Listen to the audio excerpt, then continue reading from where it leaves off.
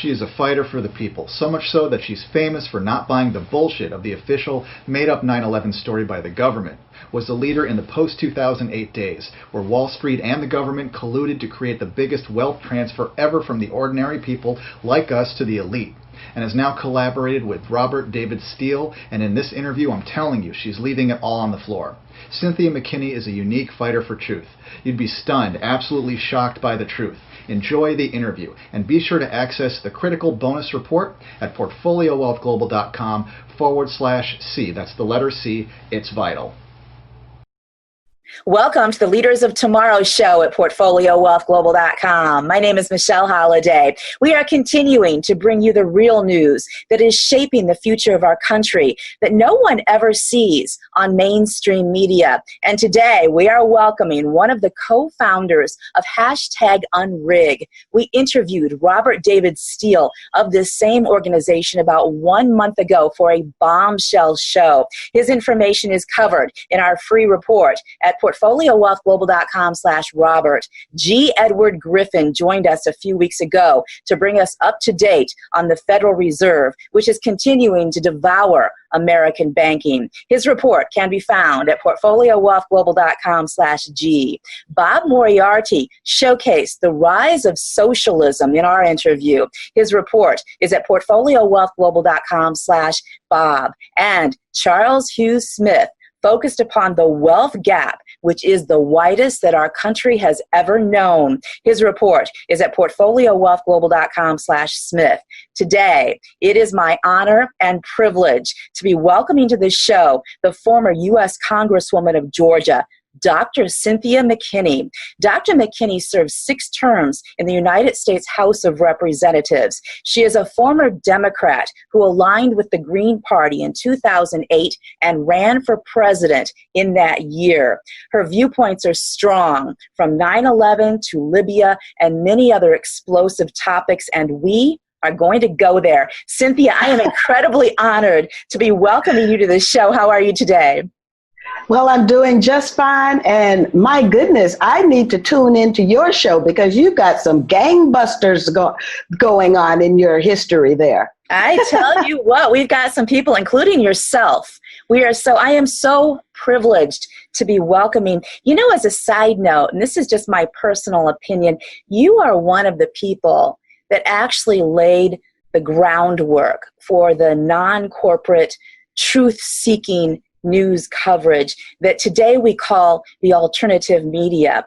And as I mentioned, you were a Green Party candidate for president in 2008. And I just want to briefly share with everybody Cynthia's 4 agreed upon principles for her presidential platform in 2008. It's going to give you a window into the ethics of this lady. Number 1, it was to end the Iraqi war. Number 2, it was to safeguard privacy, including a call to repeal the Patriot Act. Number 3, no increase in the national debt. And number 4, a thorough investigation, evaluation, and audit of the Federal Reserve. So I think that brings everybody up to date on why I am so incredibly honored. Cynthia, we want to start off with one of the topics that you were most critical of, and that was the formal inquiry into 9/11. What do you really think happened that day? And take us back to the month and years before that and after that, that aftermath. What is the truth as you see it? Oh my gosh, that's a huge with question. A big one. I know. We got you here. We're going for it. Yeah, that's huge. But okay, so my experience, basically, say if we start around 2000, just prior to the events of 2001. So basically, we had the presidential election in 2000, remember? That's such a long time ago. But we had the presidential election, and we also had, which was very important in my world, the World Conference Against Racism. So in 2000, you had a lot going on.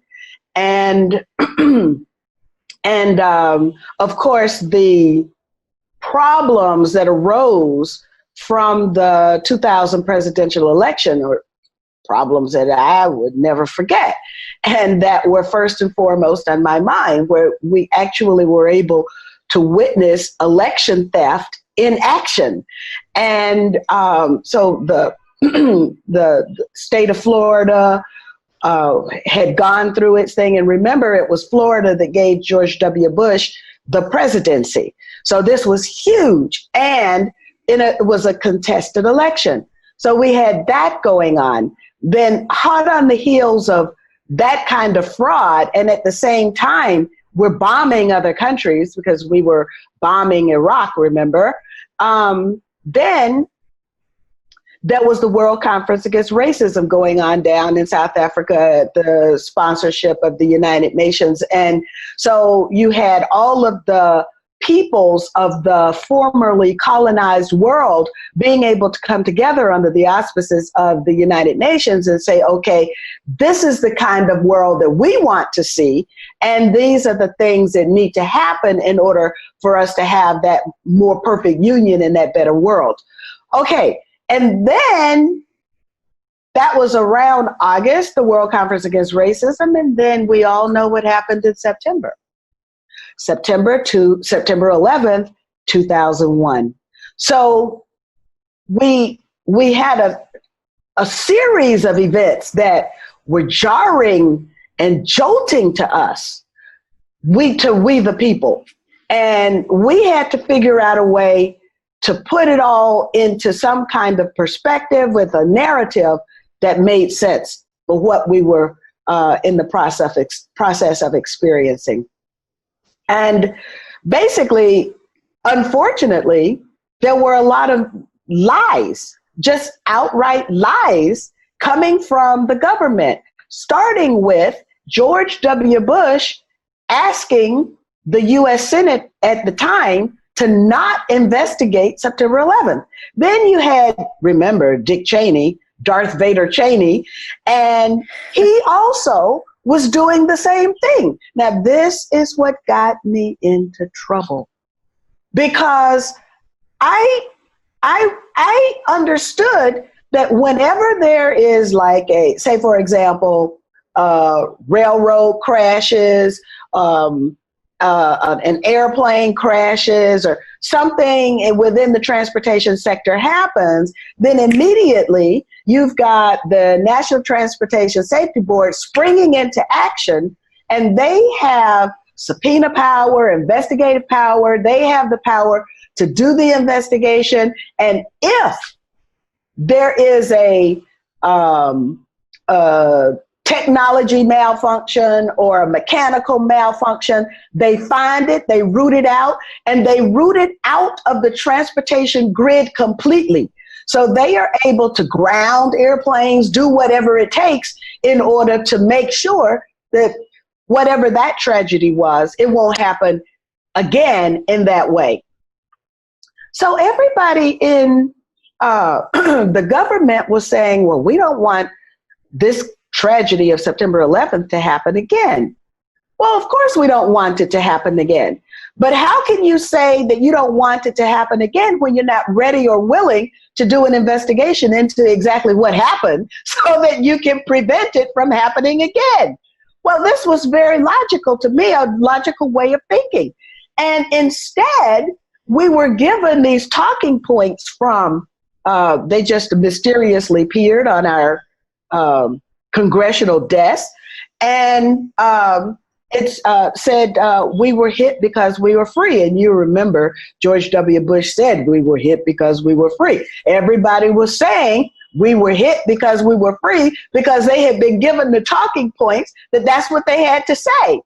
Instead of what I did, unfortunately for me, because it brought the wrath of Khan down on me, I said, well, where's the National Transportation Safety Board? Yeah, we need to have an independent investigation into what happened. If you don't want it to happen again, then let's find out what exactly did happen.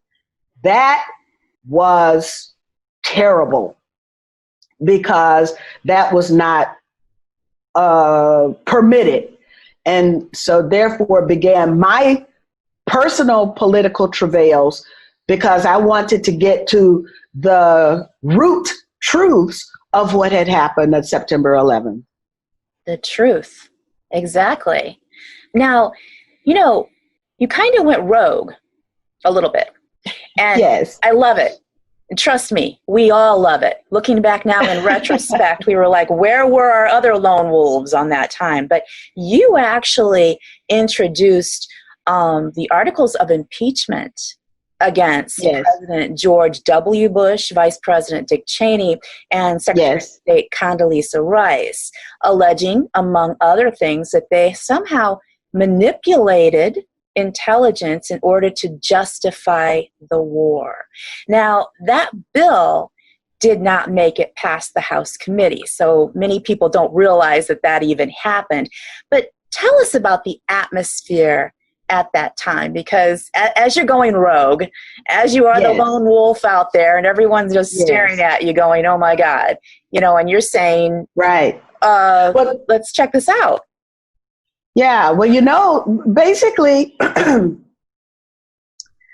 I listened to, the line that was used was, there were many lines that were used, but like probably the most potent was, she's unpatriotic, and now is not the time. And so I listened,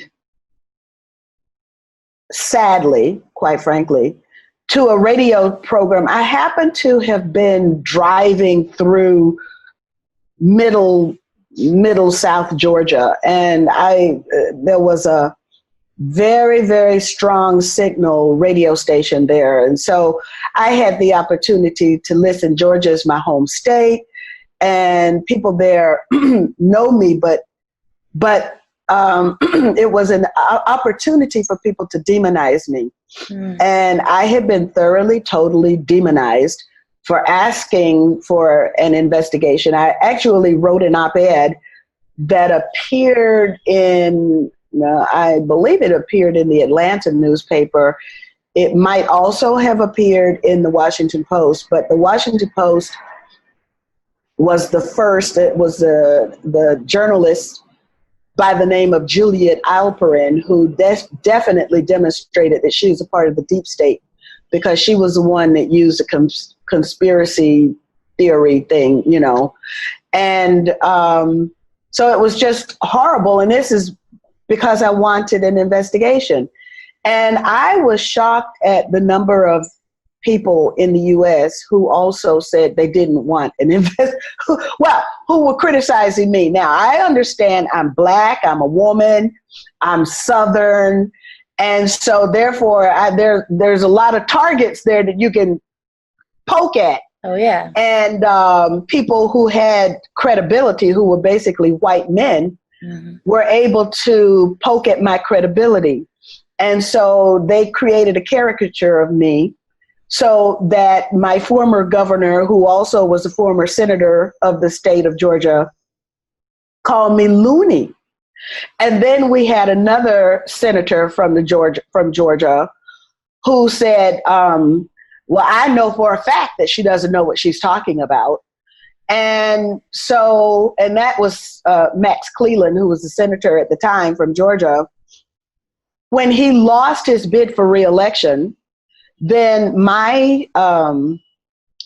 he was tapped to serve on the 911 commission, and he quickly resigned because he too found out that he didn't know what he was talking about when he criticized me for not knowing what I was talking about. Quite frankly, I knew what I was talking about. I understood from immediately that we had a problem. I didn't know what had happened, but I did know that what I saw on my television screen was not the full story of what had happened. And I also knew that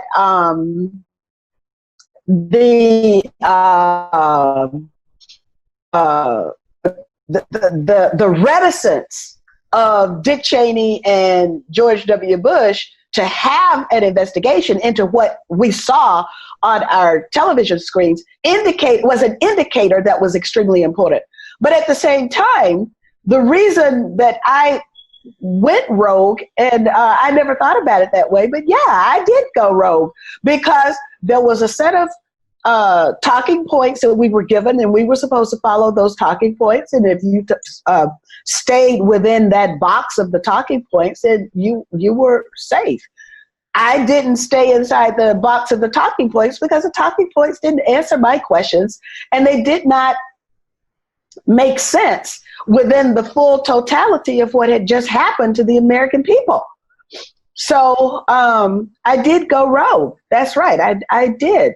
And I guess I should be proud of that. But it was very painful. Proud. We are proud but of that. But it was painful because, and so now I get messages. I should see if I can try and find it. But I get messages from people who tell me, I didn't believe you. I better not do anything, so I might lose the connection. But the connection. I didn't. Yeah, I didn't believe you. And they tell me this. I mean, I knew it because I could hear it in radio programs across the U.S. And even people who had supported me, the heat came down on them so hard, like Dennis Bernstein, who was at KPFA, he just dropped me in the fat.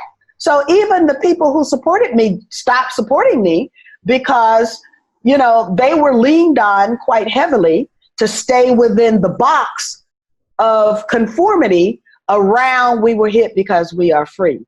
Well, the narrative was false. And the whole idea that we're free. so that was the first clue, right? That something was amiss, something was afoul. So this is what I said in numerous interviews that I did later, was that I knew I wasn't free, and I knew my constituents were free. So how could I go and tell them that they're free and that we were hit because we were free?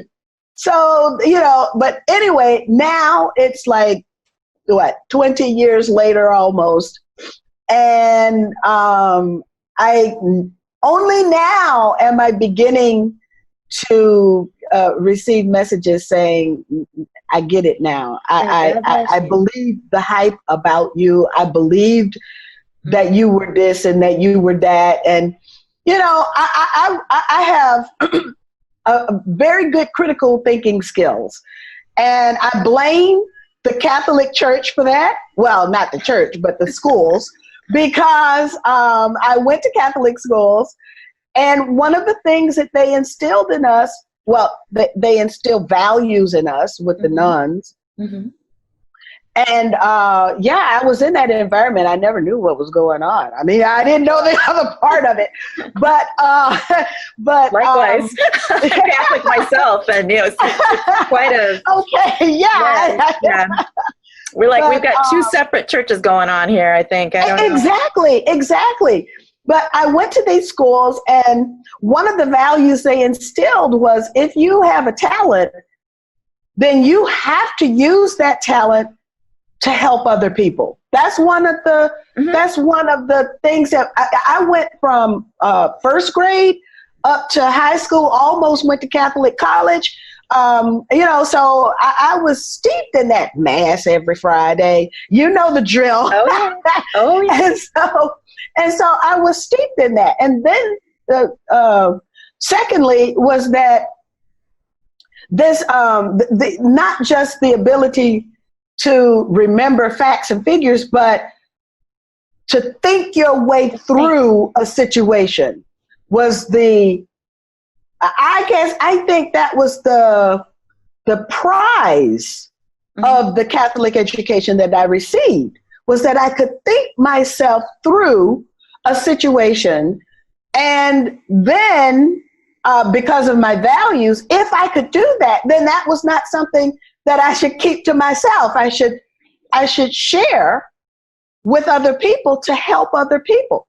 So anyway, that's just what I was doing. So I had learned, because of my focus on international relations, my undergrad was in international relations, my graduate studies were in international relations. And so I learned to read newspapers. It was what I did as a joy, as a pleasure, to read newspapers from around the world. So and the wonders of the internet make it so that you can literally travel around the world just by a few clicks. When George W. Bush said, I click around, well, that was the embodiment of me. I clicked around. And what I learned, though, in the aftermath of September 11th was that what U.S.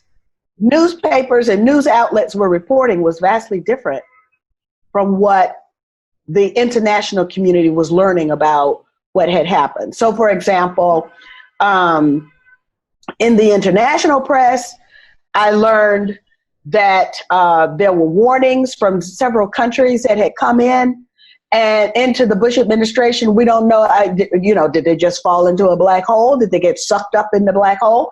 And with George Bush not wanting an investigation, this increased the sense of culpability of the administration for not paying attention to the things that protect the people of the U.S. So there were that, there were the revelations about the war games, which eventually I was able to pose to the Pentagon through my position on in the Congress. So there was this knowledge that was out there that was literally being funneled away from the U.S. public. But because I click around on the internet, I was able to understand that. And we're coming hot off the heels, remember, of the election fraud, because that was pure election fraud that took place in 2000 with the presidential election. And Jeb Bush saying, just hold on, we're going to get there. And Florida having already been called for whoever the Democratic nominee was. I guess it was Al Gore at the time. Yeah, it was Al Gore. And Florida having already been called for Al Gore, and then all of a sudden the magic flip happens, and you get one precinct in Florida that has minus 16,000 votes. Now, how that happens in the tabulation with these electronic voting machines, I don't know. Well, actually, at that time, there weren't even electronic voting machines. That was prior to their deployment. That was just with the hanging chads. But the machines were not set. This is from computer specialists who actually were hired to understand what had happened. And people talked to me. And so I found out that one of the machines was set at the beginning of the day to minus 16,000 votes. That was one of the factors that contributed to the flipping of Florida. So we know that election fraud takes place. Election fraud took place in my own 2 election so-called defeats, but it was election fraud. It was election theft. I didn't have any choice but to go along with it because nobody was willing to fight with me. No one was willing to fight for me, and I didn't have the money to fight for myself. So I ended up leaving the Congress. Now, in leaving the Congress, what had happened in a carefully orchestrated departure from Congress, the Iraq War at the same time was going on. And so then what happened was the country was actually involved in a debate, which was necessary, about U.S. involvement in wars against Iraq. Because remember, we had done this before. We had done this dance before. And that was with George Herbert Walker Bush against Iraq. And I stayed up all night that night watching as the bombs were launched against Iraq. And a lot of people believed it. A lot of people believed the hype. But you see, I come from a part of the country, I'm Southern. I'm African American. I understand the history of my country. Yes, this is my country too. And I understand its history. And I know that people have lied to get into wars. And I have this wonderful T-shirt by WikiLeaks, or Julian Assange says, if wars are started by lies, then peace can be started by truth. And yeah, it's wonderful. And so I know, just because of my history, the ugly, soft underbelly of my country as well. Oh, yeah. So when all of this is happening, and then of course I was a PhD candidate at the time, so you get Condoleezza Rice saying, "Oh, that was in the footnotes, and I didn't read the footnotes." Now, I know any PhD, but now, of course, with the university scandal, we are aware that we understand that a lot of these slots are being purchased. So we get that. Probably they always were, but now it's, sort of proliferated. But anyway, so any PhD worth their salt starts with the footnotes. Mm-hmm. They start with the index, the detail, and then they go backwards, right? Because you want to understand the nature of the references and whether or not those references themselves are even credible. Right. So this is again from my sort of Catholic, thinking, which at the time I was just a PhD candidate. I wasn't, the full-fledged PhD as I am now. So I think I'm looking at all of these very flimsy excuses that are coming along. And so I just say, okay, I'm not going to be down for bombing Iraq. No, George W. Bush, we're not going to bomb Iraq. So you've got the election fraud that took place in 2000, of which Roger Stone was a big part, which is very interesting. And then you have 2001. And then after 2001 happens, then you have this conflation of Saddam Hussein is the one that, is responsible for 2001. We got to strike back. And the people of the U.S. find themselves paying for the another Iraq war. Now, the Democratic Party, through the DCCC, which also now has come into some prominence, the DCCC was busy trying to recruit people to run against me because the DCCC, the Democratic Party, is pro-war.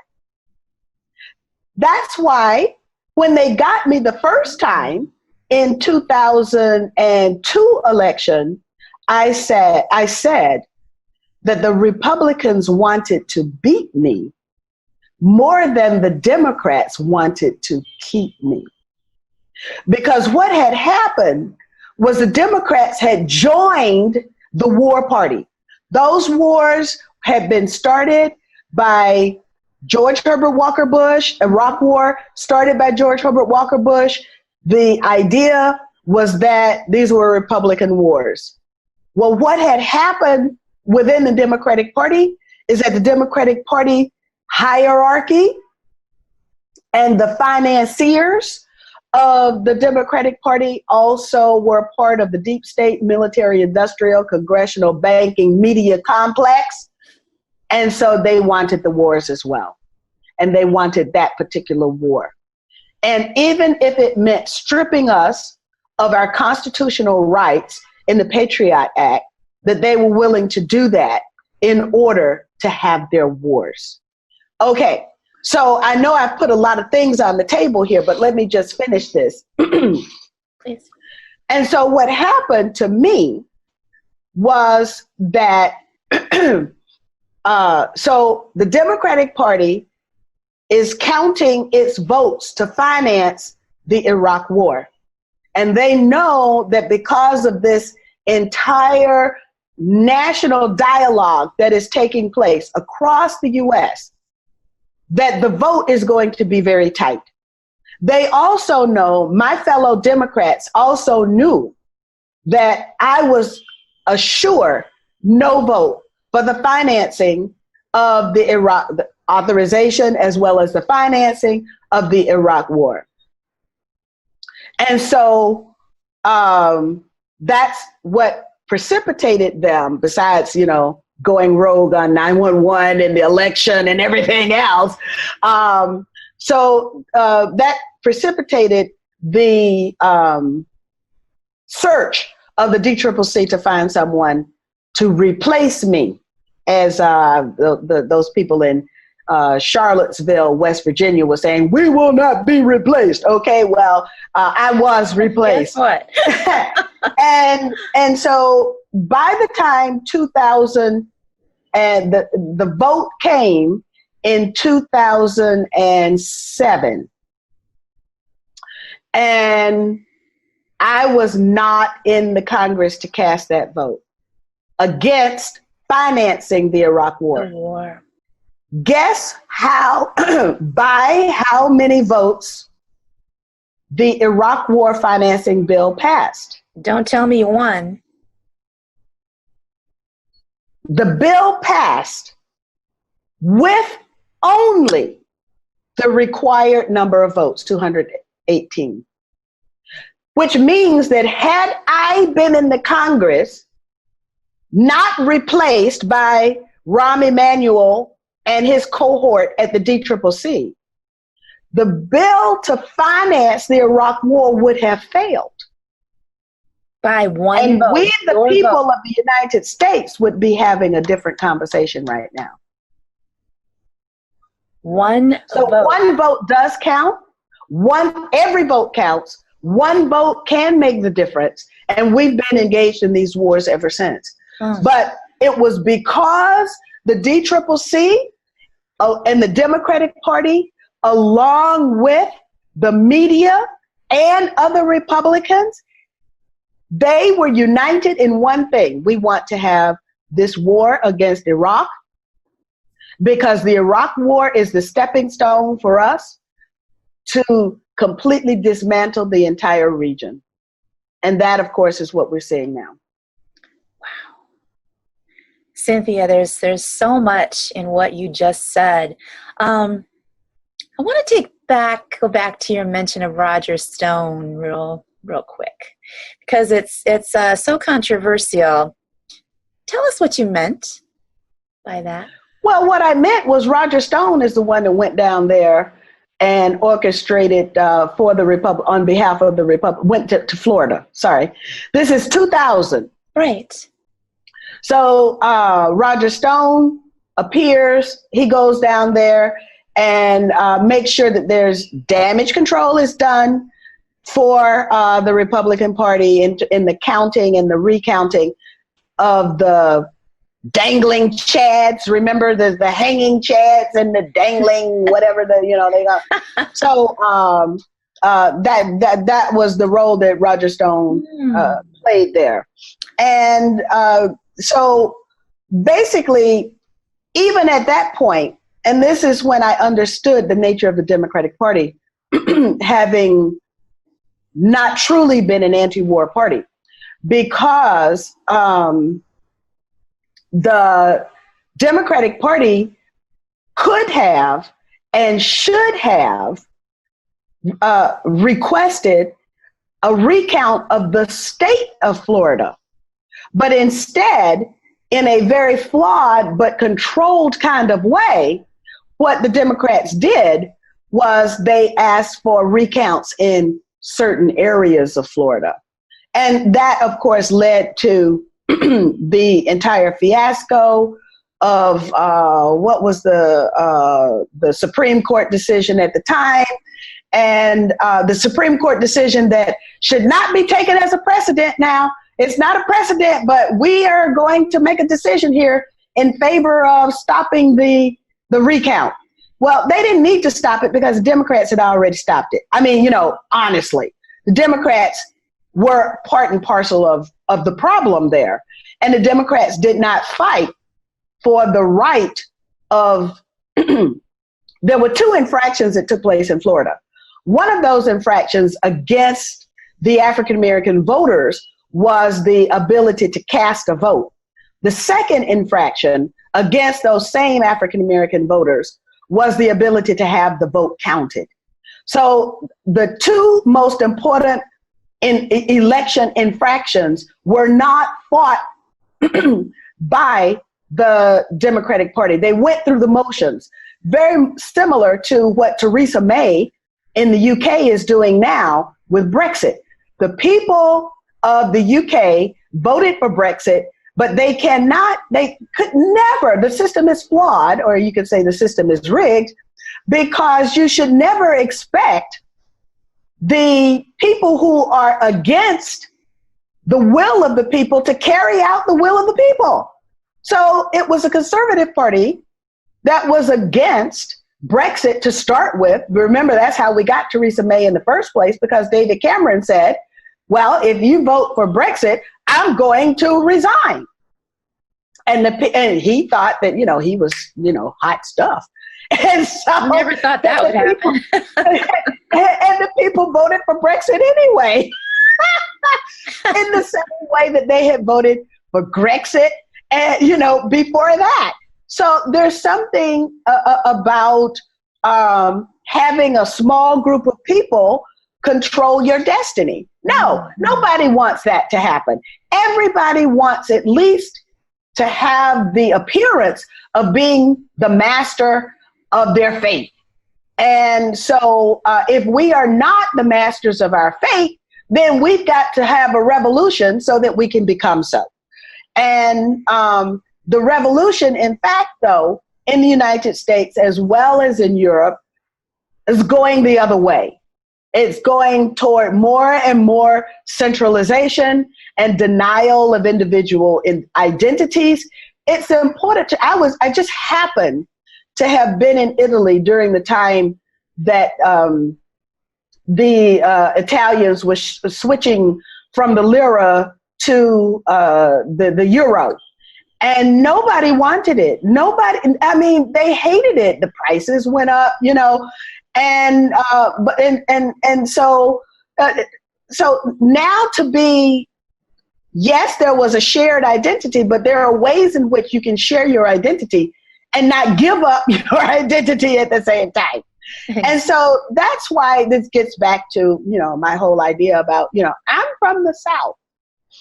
And so I am from a part of the country that is misunderstood and mislabeled.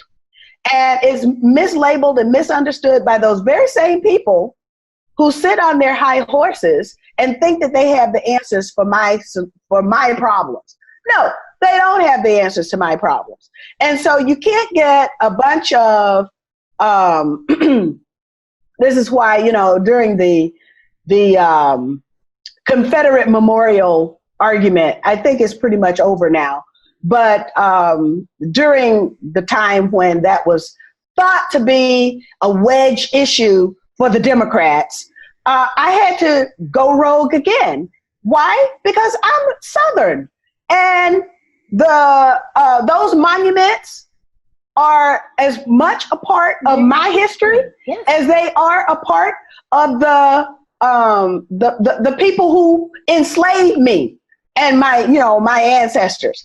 Okay, so now if you have a problem with the monuments, let's have a discussion about the narrative around the monument.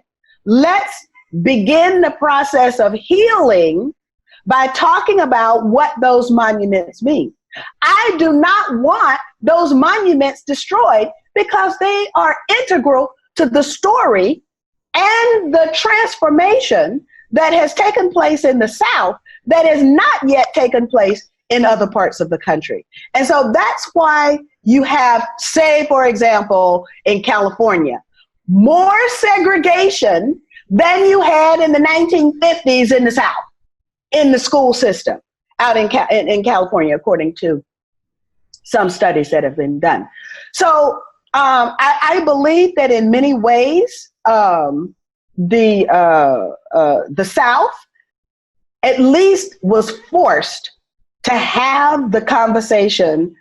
And when we find people who have experienced and been through that conversation, then we also have people who have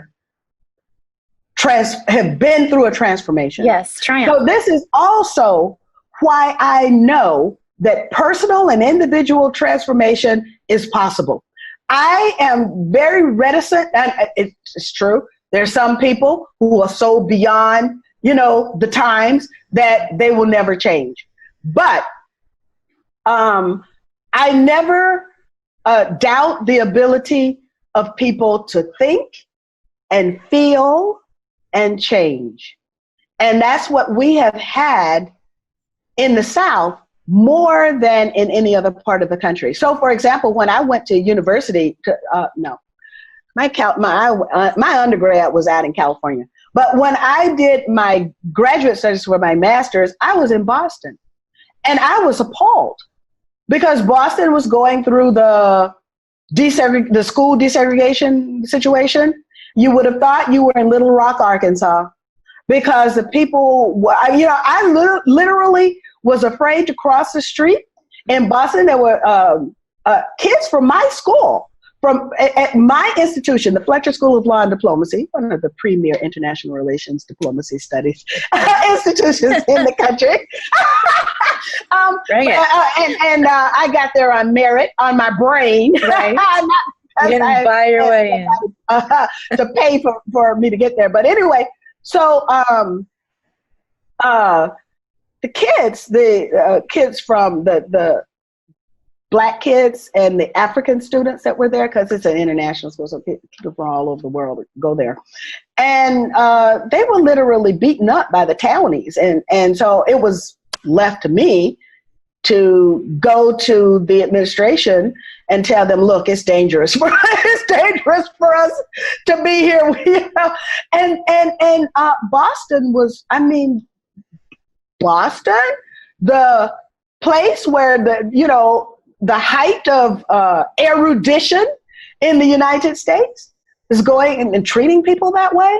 So no, I'm a proud Southerner, and I understand the importance of having a discussion around the narratives, which has led me to this idea, which I don't have the money to carry out. And that was when I was with Robert David Steele, that I said, okay, so now because eventually I should say that my PhD is in leadership and change. Well, this is exactly what is embodied in my experience as a Southerner, that there were some people who took the mantle of leadership, they assumed the mantle of leadership. And in my home city of Atlanta, we didn't go through, say, for example, what happened in Birmingham, which is where my mom is from. So we did not have the Alabama experience. We did not have the Mississippi experience in Georgia, because there were some people who said, okay, let's have a negotiated peace. And now I'm fully aware of the entirety of the context of that. But the fact, nonetheless, is that the city of Atlanta became the hub of transportation in the South, because during that moment of explosive growth, the city of Atlanta was not mired in what Birmingham and Gulfport and other places in Mississippi were. That's a fact. And so even to this day, the city of Atlanta's airport is the world's busiest airport for a reason, and it stems from that legacy of having that negotiated peace.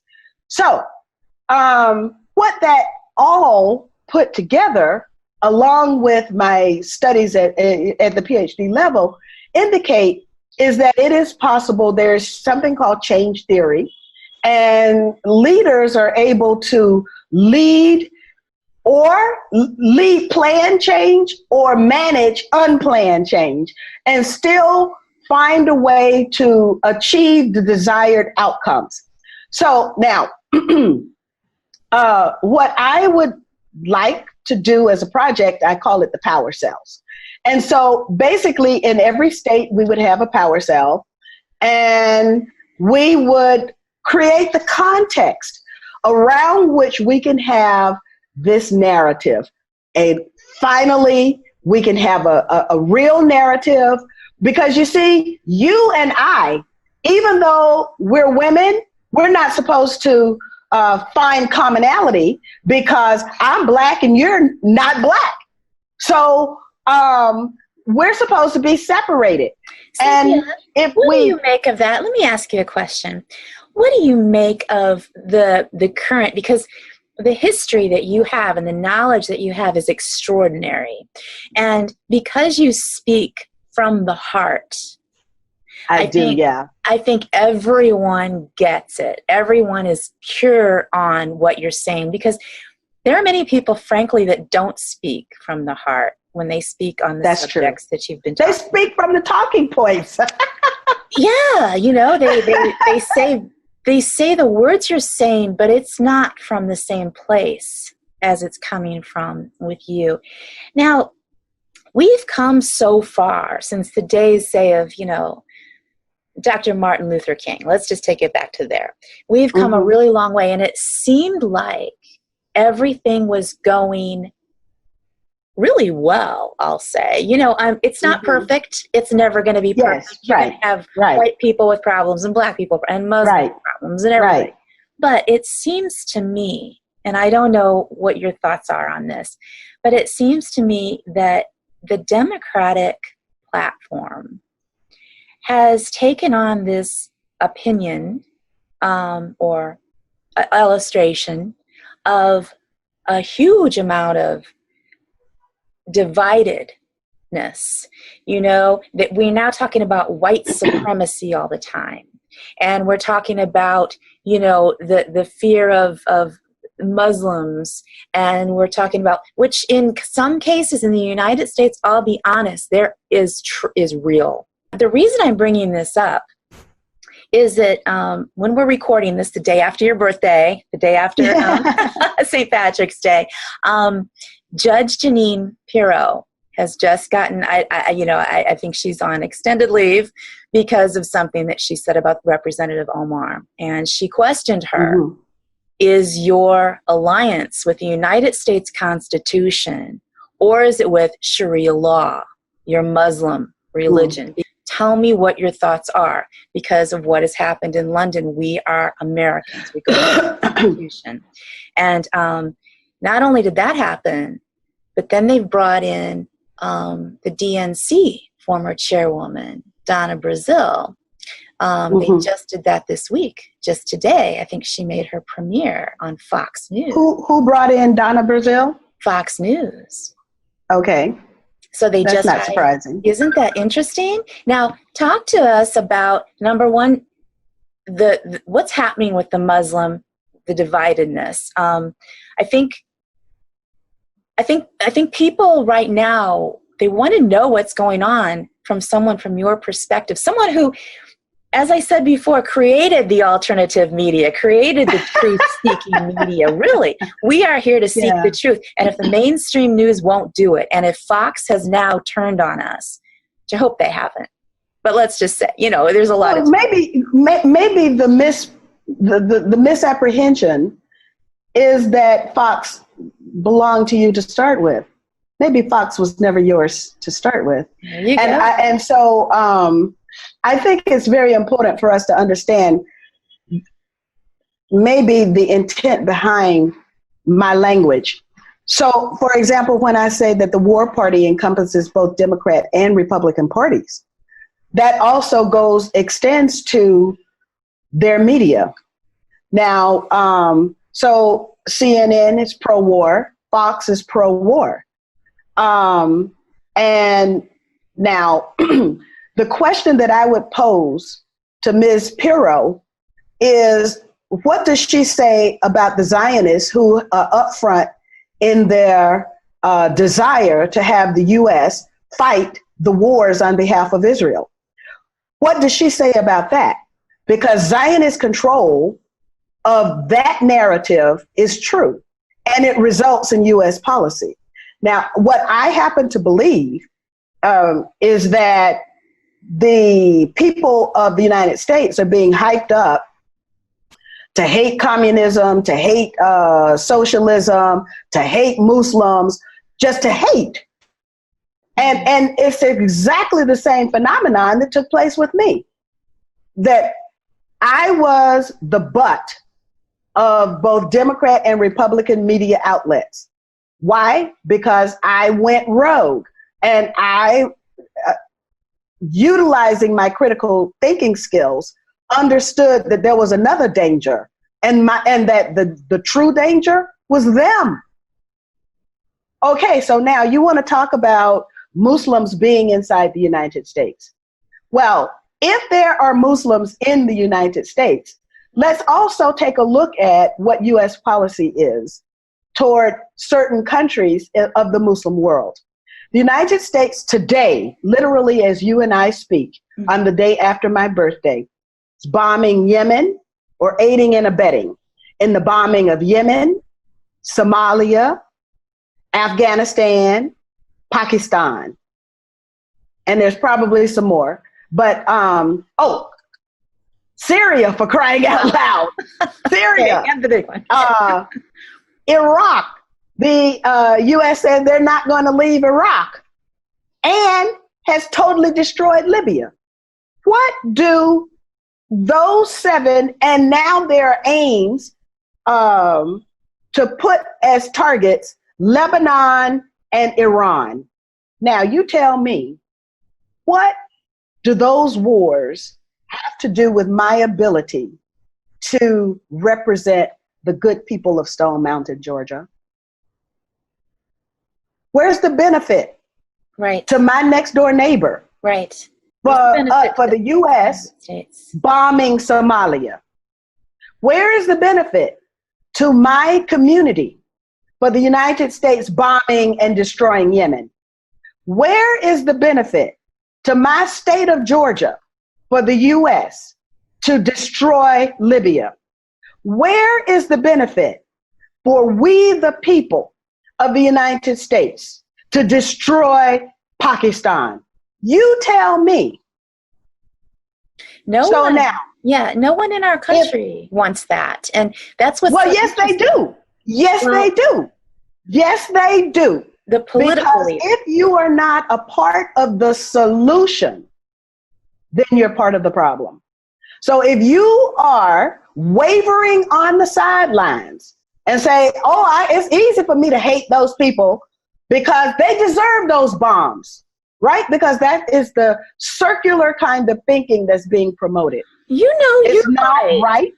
Huh? Cynthia, you know what? You are absolutely right. Because I remember having discussions, not even a long time ago, but there are people that simply because they hear on the news the Russians are our enemies.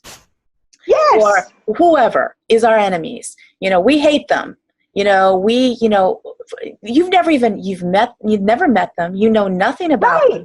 You're basing your hate upon what you've heard, frankly, in the mainstream media, these stories. Right. The same lying media. You are so accurate. Let me add to that. Let me just add a story. Yes. Even though I guess we're running out of time, but no, we're not. You keep going. You are extraordinary. So I'm back home in Georgia, in Stone Mountain, and I'm at the grocery store, right? Mm-hmm. And I'm standing in line, and people can't believe it's me and say, "Is that you?" Ooh, like that. I get that all the time. And sometimes it's in the traffic jam at the gas station. But so I'm in the grocery store, standing in line to check out with my few items, and this black lady turns to me and says, "I think Putin is just trying to rebuild the Soviet Union." Now, she didn't know what to say to me, but she wanted to say something to me. But she had heard that in the media. And so then she wants to show that she can have a very enlightened conversation with me. And so then she parrots what she has heard. Exactly. And so that we've got a lot of that going on.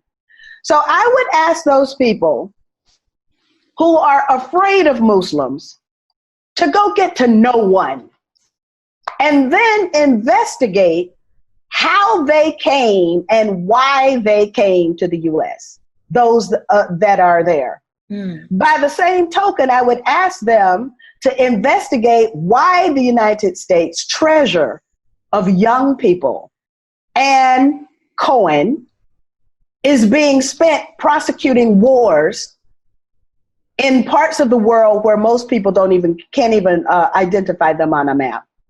Instead, what I think we should be focused on is the U.S. Constitution, and that we should judge our leaders and the people we vote for by based on their commitment to the U.S. Bill of Rights. Absolutely. And people are so under the guise of patriotism. People get so enraptured that they're willing to just, practically beg the government to go bomb other portions of our world. And that's very sad. Wow. We should be trying to make friends with other parts of the world.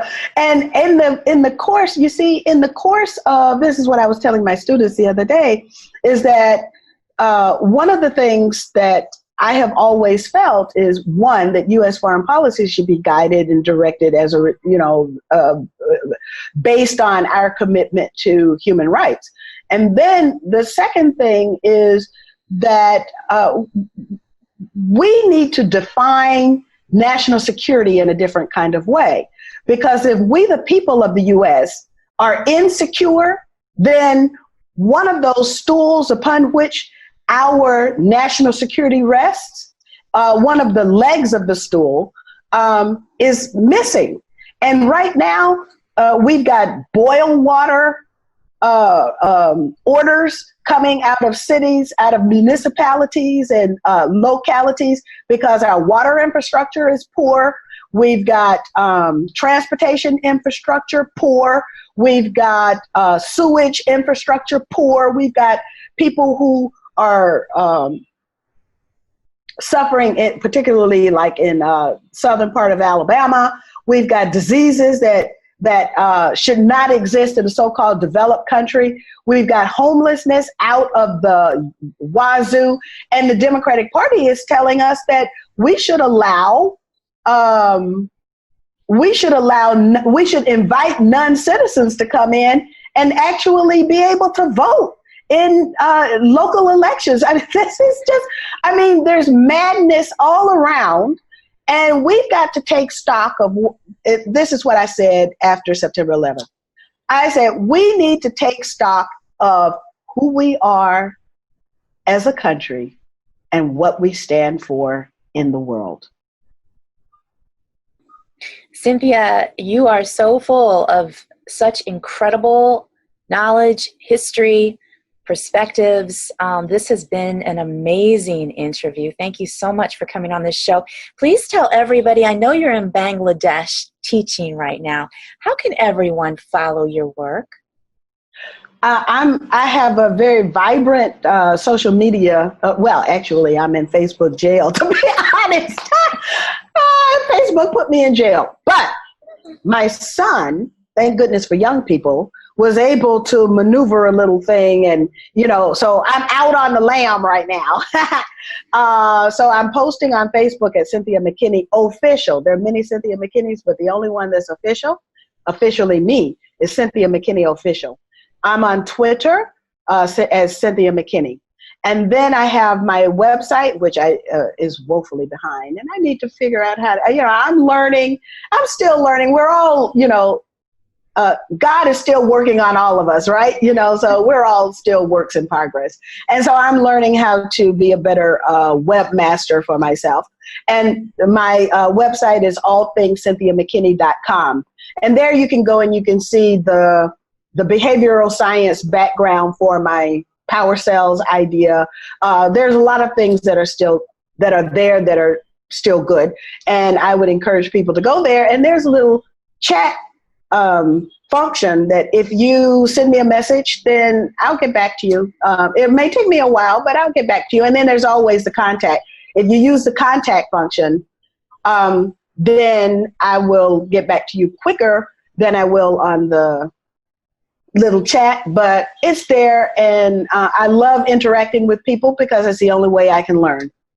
Wonderful. Well, this has been such an honor to have you on this show, and we desperately need people that shoot straight. Just tell it the way they see it, not for any other reason except that it's the truth. And we honor you, and it's been a real privilege to have you on this show. Thank you so much for having me. And, you're right, I'm a straight shooter, but here's the thing. I hope that your audience, which is an audience that's vastly different than, say, my normal, regular audience, I hope that their hearts are at least open, or their brains are open to what I've had to say, and that they can sort of maybe see the world from my vantage point and then join it with theirs, and we create something beautiful together. Absolutely.